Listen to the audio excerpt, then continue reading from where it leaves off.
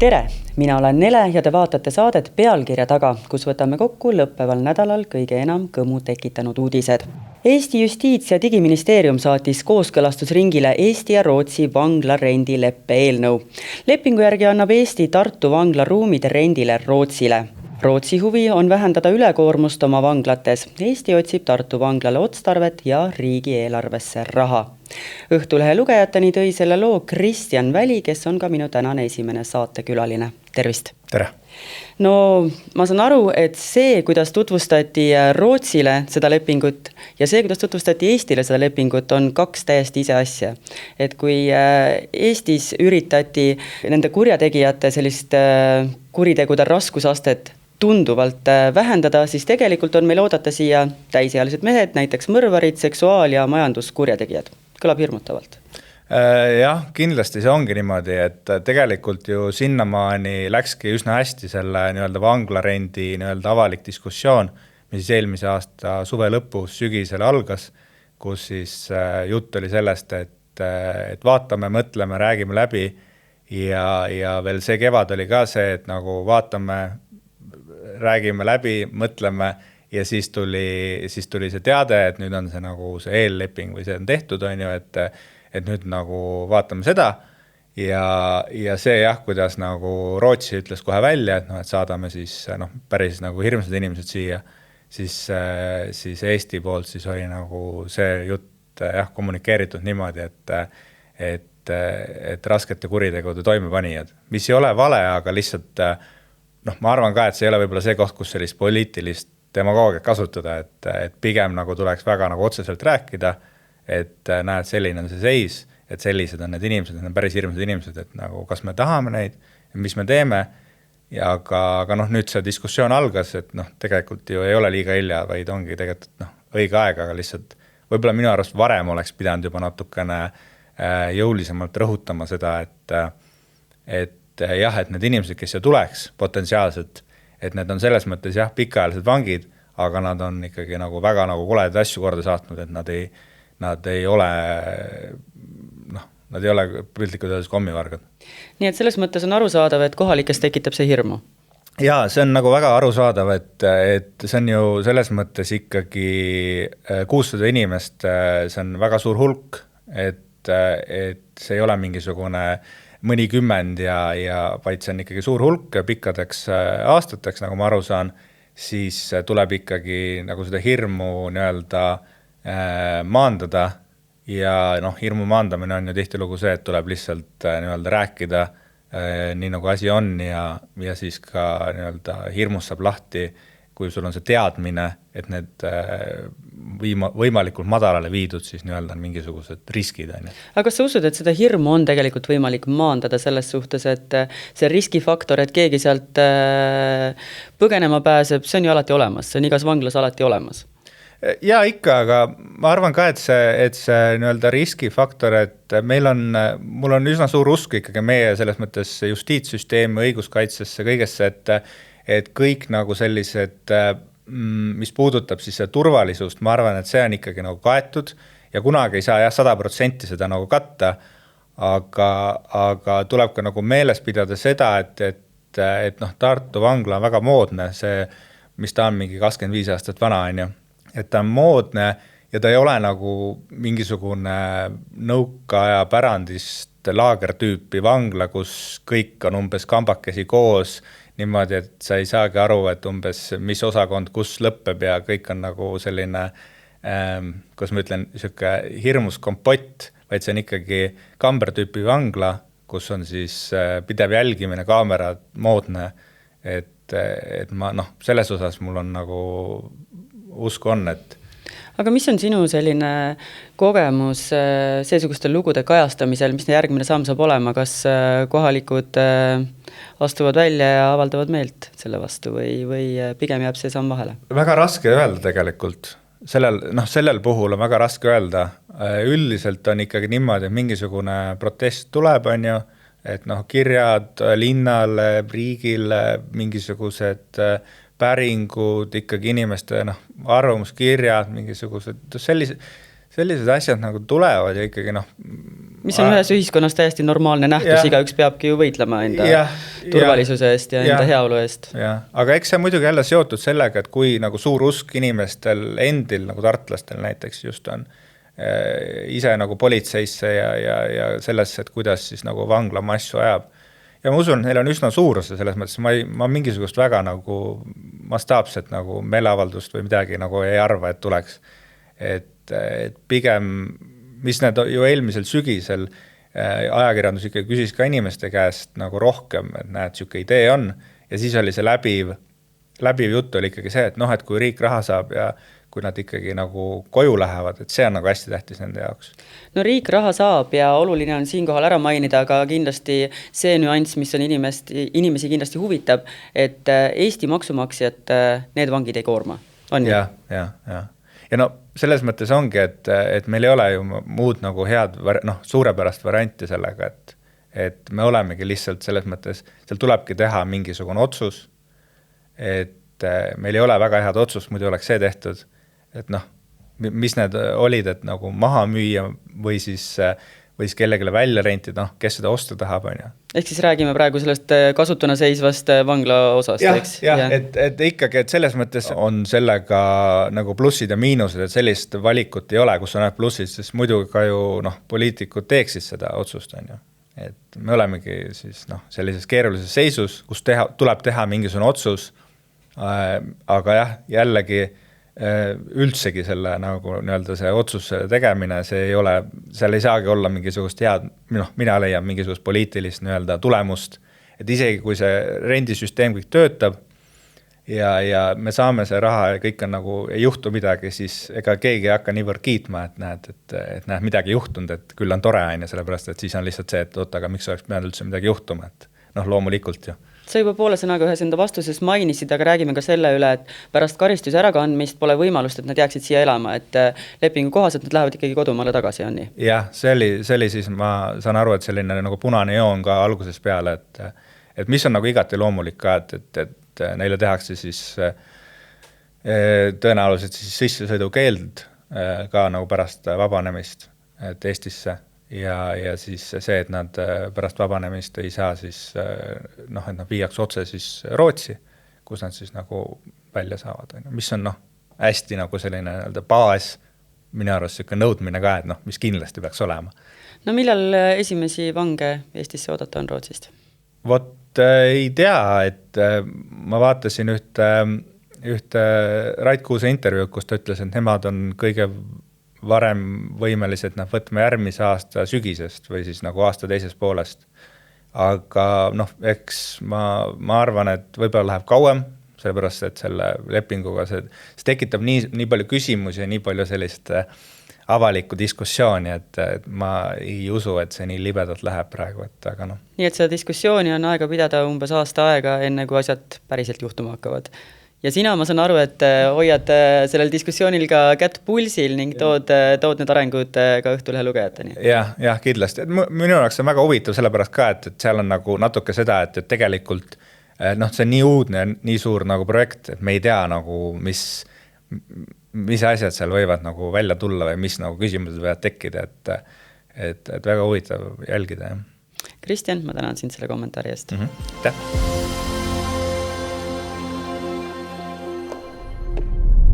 Samal teemal siit stuudiost ka jätkame. Riigikogu Keskerakonna, EKRE, Isamaa ja Sotsiaaldemokraatliku erakonna fraktsioonid esitasid umbusaldusavalduse justiits- ja digiminister Liisa-Ly Pakostale, mis neljapäeval parlamendisaalis küll läbi kukkus, kuid etteheited ministrile püsivad.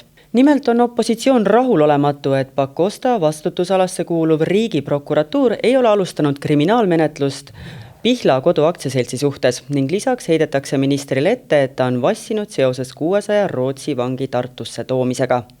Olen palunud minister Liisa-Ly Pakosta endale täna külla, et esitada talle 10 kas-küsimust, millele ootan poliitilist olmu keerutamata konkreetseid vastuseid. Tervist! Tere!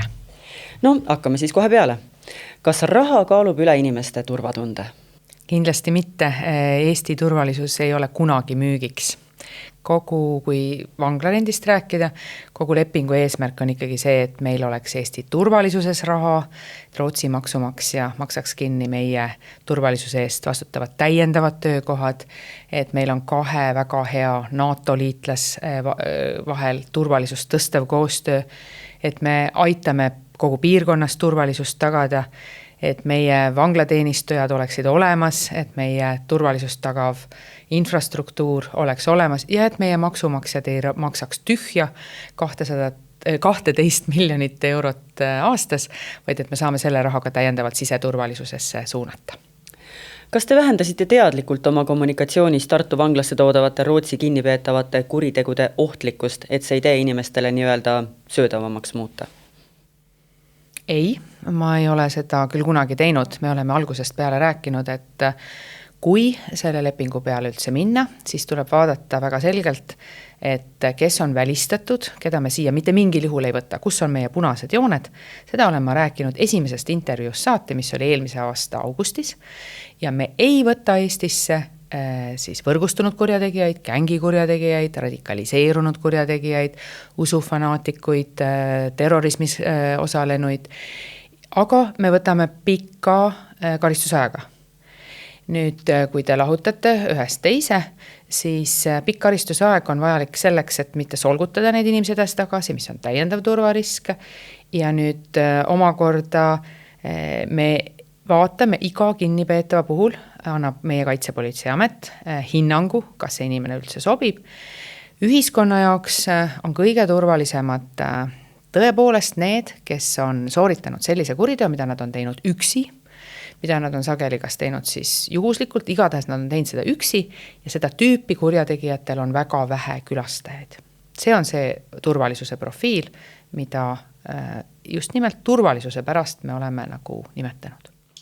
Kas olete täna valmis käsi südamel omalt poolt ütlema, et Rootsi kinnipeetavate toomine Eestisse ei vähenda meie ja eeskätt tartlaste julgeolekut? Kõik töö selleks on tehtud, et see kindlasti niimoodi oleks. Me oleme lähtunud tervest reast punastest joontest, turvalisus on olnud kõige tähtsam selle asja juures ja vaatasime just, et kui näiteks Holland rentis vanglat ju teistele riikidele, ühtegi julgeolekuintsidenti seal ei tekkinud, tegemist oli palju vanemat tüüpi vanglaga, Tartu vangla on erakordselt turvaline. Vastupidi, Hollandis, kui see leping lõppes, kohalikud inimesed olid nii rahulolematud, et siis kutsuti minister välja, et miks leping lõppes. No enne kui me läheme edasi küsimustega, vaatame korraks ära ühe väikese videoloo. On teie jaoks nördimus tekitav või võib-olla isegi lausa uskumatu, et Riigiprokuratuur ei ole alustanud kriminaalmenetlust Pihlakodu aktsiaseltsi suhtes seoses seal toime pandud vägistamisjuhtumitega? Jah, olukorras, kus meil on kirjalikud jäljed veebruarist 22, kus hooldekodu üks juhatajatest naeris vägistamisjuttu välja ühe kannatanu osas. Meil on olemas augustist 23 e-kiri, kus hooldekodu ise rääkis, hooldekodu juhataja asetäitja ise rääkis ühele kannatanu tütrele vägistamiskatsetest ja jälle naerdi välja.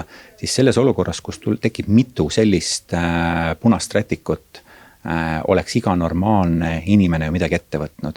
Ja selles olukorras rääkida, et juriidiline isik ei vastuta, tundub väga kummaline ja õõvastav. Kas meie õigusriik võib-olla lonkab ühte jalga siin praegu? Ma tahaks uskuda, et need asjad saab korda. Et selles asjas on veel hullem asi minu jaoks on see, et väidetav 8 vanainimese vägistaja töötab tänase päevani, on vabaduses, töötab Lasnamäe Veerul väidetavalt kaubanduskeskuses ühes. Et kuidas saab olla, et korruptsioonis kahtlustatavaid võetakse tihti vahi alla ja sellise ränga väidetava kuriteo sooritaja on vabaduses. Jätkame. Kas fakt, et Riigiprokuratuur ei ole alustanud kriminaalmenetlust Pihlakodu aktsiaseltsi suhtes seoses seal toime pandud vägistamisjuhtumitega, painab teid? Ma väga kiidan Olav-Jüri Luike ja teisi tema meeskonna inimesi, kes on tegelikult teinud ju väga head tööd, kelle poole inimesed on pöördunud ja esitanud nüüd täiendavaid tõendeid, mida ei ole politseile varem esitatud. Ja ma väga loodan, et need tõendid jõuavad ka politseisse, et nende põhjal saab siis prokuratuur kaaluda, et kas nüüd midagi on vaja veel teha, kas nad midagi saavad veel teha.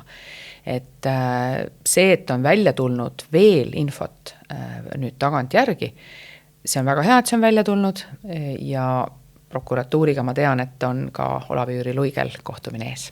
Lähen ikkagi selle küsimuse juurde tagasi. Kas see fakt, et praegu ei ole seda menetlust alustatud, painab teid?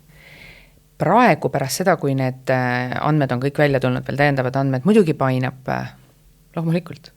Kas teile opositsiooni poolt esitatud umbusaldusavaldus oli põhjendatud? Ei olnud. Seal kahjuks oli kas täiesti selgeid faktivigu või siis süüdistati mind ju selles, et miks ma ei ole prokuratuuri sundinud mingeid kriminaalmenetlusi alustama. See oleks seadusevastane. Ehk et mind süüdistati selles, et ma olen käitunud nii, nagu seadus ette näeb. See on nüüd päris jabur olukord tegelikult. Kas ministrina olete valmis oma vigu tunnistama või on teie retoorika eneseõigustus? Igal juhul, kui ma midagi valesti teen, olen seda teinud, vabandanud ja püüdnud siis asja paremini teha.